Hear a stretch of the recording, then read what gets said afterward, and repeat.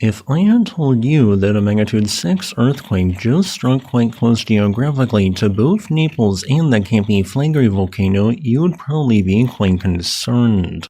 After all, the geology in some sections of the latter is such that a few of the mere magnitude 4 range earthquakes that struck in the past decade have on occasion caused some minor building damage. And yet, a magnitude 6.0 did indeed strike there Tuesday morning, March 10, 2026 at 12:03 a.m. local time. Centered 35 kilometers south-southwest of the city of Naples, it caused absolutely zero damage. Huh? How? Simple. The earthquake did not occur at shallow depths of less than 30 kilometers like most of the nation's large magnitude destructive earthquakes, but rather all the way down in the upper mantle. Yes, the mantle, as it is mostly solid. Specifically at a depth of 381.7 kilometers or 237.2 miles.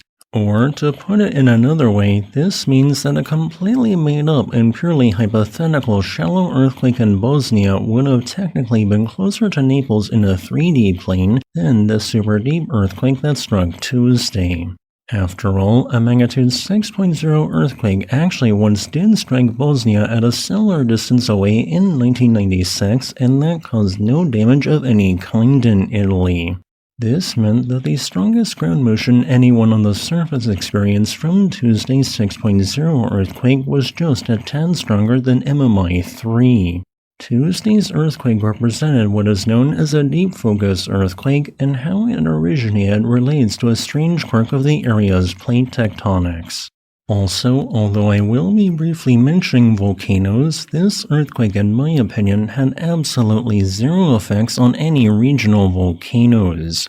For reference, deep focus earthquakes are earthquakes which occur at 300 kilometers or greater depth in the Earth's mantle.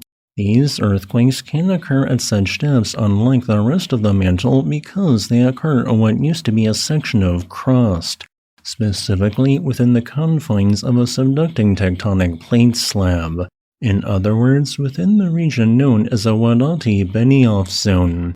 Italy, at least per the US Geological Survey database, has seen 117 deep focus earthquakes occur since 1974, and it just so happened that the magnitude 6.0 earthquake was the largest such regional earthquake of this type. In this case, it occurred on a subducting portion of the African plate. Yet, in this section of Italy, the Vesuvius, Campi Flegrei, and Ischia volcanoes aren't solely created by partial melting from the subducting slab, as the aforementioned slab beneath the area actually broke off, creating what is known as a slab window.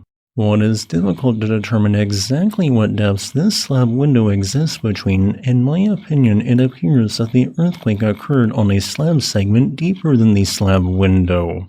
As this slab is pulled deeper into the mantle, it gets denser. This causes deeper parts of the slab to pull on shallower segments, making it bend slightly. This bending can cause stress to build up until finally a fault in the slab slips, generating an earthquake. In this case, an oblique fault-line earthquake which largely involved a strike-slip fault component but also a component of a reverse fault. Aftershocks involving these types of deep focus earthquakes tend to be less common than those of regular earthquakes, so in my opinion, I doubt that anyone will feel any aftershocks. I hope that you found this video interesting. As a final note, I would like to thank this channel's patrons on Patreon and channel members on YouTube for supporting my work.